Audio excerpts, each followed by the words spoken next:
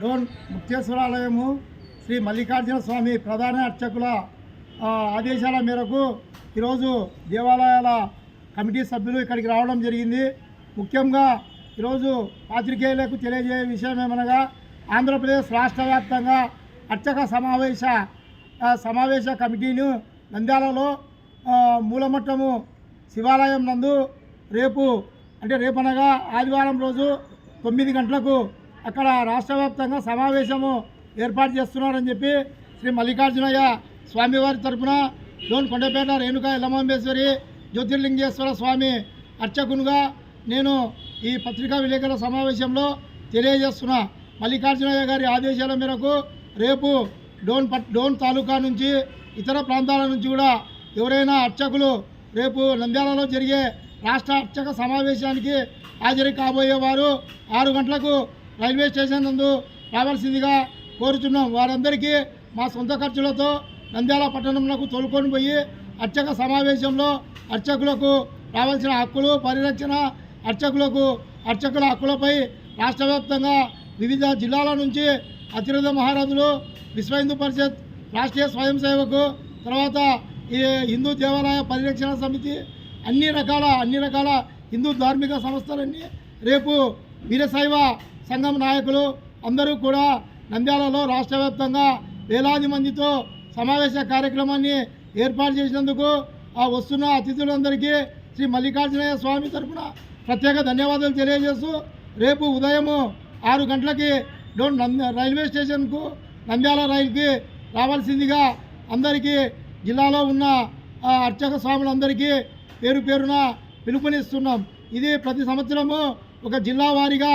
ఏర్పాటు చేసే కార్యక్రమంలో రాష్ట్ర వ్యాప్తంగా నంద్యాల జిల్లాలో ఏర్పాటు చేయాలని చెప్పి రాష్ట్ర అర్చక సమాజ సేవకులు, తర్వాత యూనియన్ లీడర్లు, ప్రజా సంఘాల నాయకులు అందరూ కూడా రేపు పెద్ద ఎత్తున నంద్యాలలో మూలమట్టము శివాలయంలో ఏసీ కార్యక్రమంలో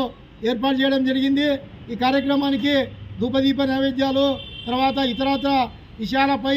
వాళ్ళు ప్రభుత్వానికి నివేదిక అందించడానికి రాష్ట్ర వ్యాప్తంగా ఇతర రాష్ట్రాల నుంచి కూడా విశ్వ హిందూ ధర్మ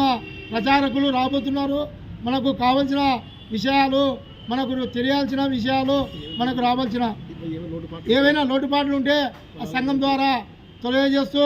ఏదైనా వివాదపరమైన ఇవి ఉన్నా, దేవాలయ అర్చకులపై దాడులు జరుగుతున్నా దేవాలయ అర్చకులకు రక్షణ కల్పించడానికి ధూపదీప నైవేద్యాలే కాకుండా వాళ్లకు ఇనాము భూములు ఏవైనా ఇబ్బందులు కలిగి ఉన్నా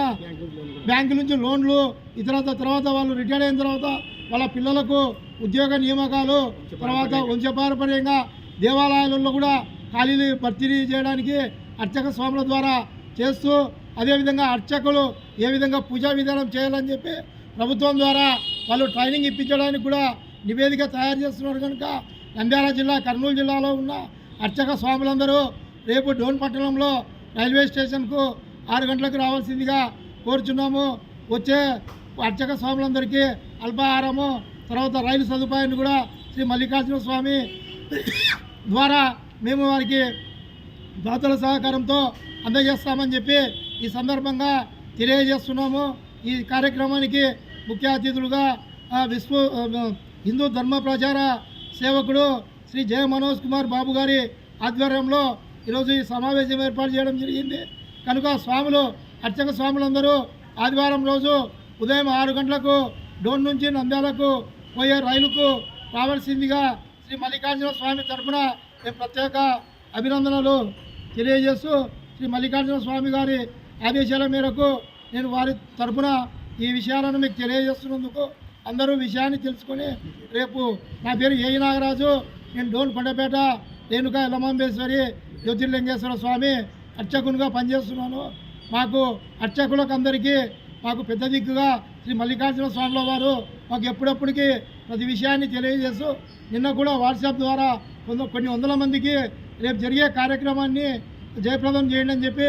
స్వామివారు మల్లికార్జున స్వామివారు తెలియజేయడం జరిగింది. కావున అర్చక స్వాములందరూ రేపు రావాల్సిందిగా ప్రార్థిస్తున్నాం.